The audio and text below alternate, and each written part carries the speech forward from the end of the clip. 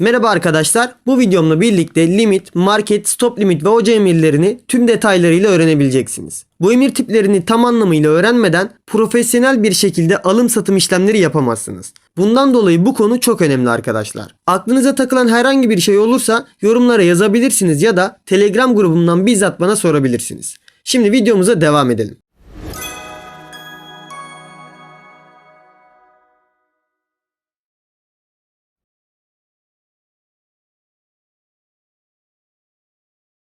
İlk başta market emriyle başlayalım. Market emrinde herhangi bir fiyat belirleyemiyorsunuz. Sadece şu kısımlardan miktarınızı seçebiliyorsunuz. Emrinizi onayladıktan sonra sağ tarafta gördüğünüz emir defterinden işlemleriniz anında gerçekleşiyor. Borsalarda iki tane işlem tipi var. Bunlar maker ve taker arkadaşlar. Maker piyasa yapıcı anlamına geliyor. Siz limit emri kullandığınızda sağ taraftaki emir defterinde belirlediğiniz fiyat üzerinden bir piyasa oluşturmuş oluyorsunuz. Bundan dolayı bu tarz işlemlere maker yani piyasa yapıcı deniyor. Az önce size market emrini anlattım. Market emrinde borsa üzerinde bir piyasa oluşturmuyorsunuz. Aksine borsada oluşturulmuş piyasalar üzerinden anında alım gerçekleştiriyorsunuz. Bundan dolayı bu tarz işlemlere taker yani piyasa alıcı deniyor. Bunu anlatma sebebim maker ve taker arasında borsadaki VIP seviyenize göre komisyon ücreti farkları var. Ana sayfaya gelip insan simgesine tıkladığınızda bu kısımdan VIP seviyenizi görebilirsiniz. Tıkladığınızda şu kısımdan komisyon ücretleri tablosuna ulaşabiliyorsunuz arkadaşlar. Komisyon ücretleri ile ilgili detaylı bir video gelecek. Kaçırmamak için abone olup bildirimleri açmayı unutmayın. Şimdi limit emriyle devam edelim.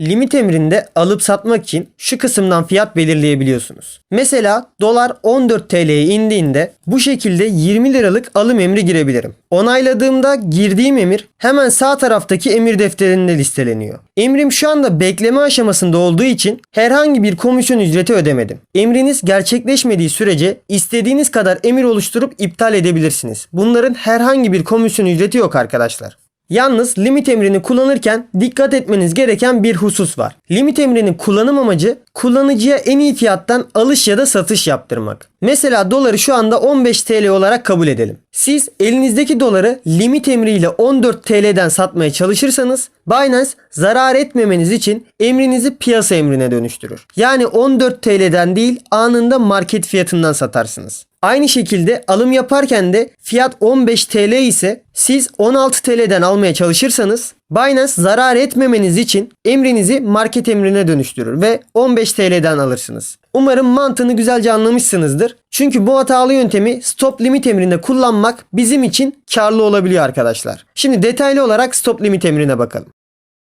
Stop limit emri stop ve limit olmak üzere iki kısımdan oluşuyor. Limit kısmı az önce anlattığım limit emriyle birebir aynı. Bildiğiniz üzere limit emriyle oluşturduğum emirler anında sağ taraftaki emir defterinde listeleniyor. Stop limit emrinde ise girdiğiniz limit emrinin listelenme fiyatını stop kısmından belirleyebiliyorsunuz. Yani 13 TL'den limit emri belirlersem ve stop kısmına 13.5 yazarsam fiyat 13.5 TL'ye gelene kadar emrim emir defterinde gözükmez. Bunlara gizli emirler diyoruz. Farklı kullanım amaçları olabiliyor. İsterseniz limit fiyatı ile stop fiyatını gördüğünüz gibi bu şekilde aynı yapabilirsiniz. Az önce size limit emrinin hatalı kullanımından bahsetmiştim. Şimdi stop limit üzerinde bunu gösterelim. Stop kısmına 14, limit kısmına 13 yazarak bir emir oluşturursam fiyat 14'e düşene kadar emrim emir defterinde gözükmez. Fiyat 14 TL'ye indikten sonra emrim 13 TL'den limit emriyle emir defterinde listelenir. Onu da şu şekilde limit emriyle hemen görelim. Aynı bu şekilde emrim emir defterinde listelenecek arkadaşlar. Bunda herhangi bir sıkıntı yok. Fiyat 13'e inmediği sürece emrim hiçbir şekilde gerçekleşmeyecek. Sadece beklemede kalacak. Eğer emri şu şekilde girseydik stop kısmına 14 yazalım. Limit kısmına ise 14'ten büyük herhangi bir sayı yazabilirsiniz. Mesela 17 yazalım. Bu şekilde bir alış emri oluşturduğumda emrin tetiklenmesi için fiyatın 14'e gelmesi gerekiyor. Çünkü stop kısmına 14 yazdık. Fakat fiyat 14 TL iken buraya 17 TL olarak bir limit emri girdiğimiz için Binance zarar etmememiz adına emrimizi market emrine dönüştürüyor. Bu şekilde emriniz garanti olarak gerçekleşiyor arkadaşlar. Önemli olan bunun mantığını anlamaktı. Bu yöntem genel olarak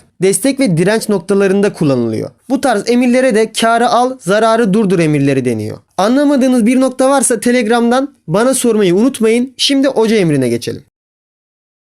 Stop limit emri stop ve limit emrinden oluşuyordu. OC emri ise stop limit ve limit emrinden oluşuyor arkadaşlar. Artık ikisinin de detaylı kullanımını biliyorsunuz. OC emri ile destek ve direnç noktalarından alış ya da satış emirleri girebiliyorsunuz. Mesela 17 TL'yi direnç, 13 TL'yi de destek noktası olarak farz edelim. Limit emri kısmından destek noktası olan 13 TL'den alım emri girebiliriz. Stop limit kısmına ise fiyat 13 TL'ye inmez, direnç noktası olan 17 TL'yi aşarsa diye 17 TL'den alış emri girebilirsiniz. Emri onayladığımda açık emirler kısmında 2 tane emir gözüküyor. Limit ve stop limit emri. Tek bir OC emriyle 2 tane emir oluşturduk arkadaşlar. Şu anda emir defterinde sadece 13 TL'den oluşturduğum limit emrim gözüküyor. Fiyat şu anda direkt 13 TL'ye düşerse limit emrim gerçekleşecek ve stop limit emrim iptal olacak. Eğer fiyat 13'e inmez, direkt 17 TL'ye çıkarsa bu sefer de 13 TL'deki limit emrim iptal olacak ve stop limit emrim geçerli olacak. Çalışma mantığı tamamen bu şekilde arkadaşlar. OC emrini kullanmak çok mantıklı çünkü limit ve stop emrini kullandığınızda hemen şöyle bir örnek göstereyim. İlk önce şunu bir iptal edelim. Limit emriyle bir örnek gösterelim. 13 TL'den fiyat belirleyelim ve tüm bakiyemizde işlem yapalım. Bakın 23 TL'miz var. 13 TL'lik bir işlem yapıyoruz. 13 TL'lik işlem yaptığımda gördüğünüz gibi bakiyem 13 TL azaldı arkadaşlar. Tekrardan bu bakiyeyi kullanabilmek için bu emri iptal etmem gerekiyor. Aynı şekilde stop limit emrinde de bu geçerli. 13 TL'den bir stop limit emri oluşturalım ve 13 TL'lik emir girelim. Onayladığımda yeni bir işlem girebilmek için bu emri iptal etmem gerekiyor arkadaşlar. Çünkü bu bakiyem burada kullanılıyor şu anda. Fiyat 13'e düşmez, 17'ye yani belirlediğimiz direnç noktasına doğru giderse ve aşarsa tekrardan alım emri girebilmek için buradaki emrimi iptal etmem gerekiyor. İşte OC emri sayesinde tek bir bakiye kullanarak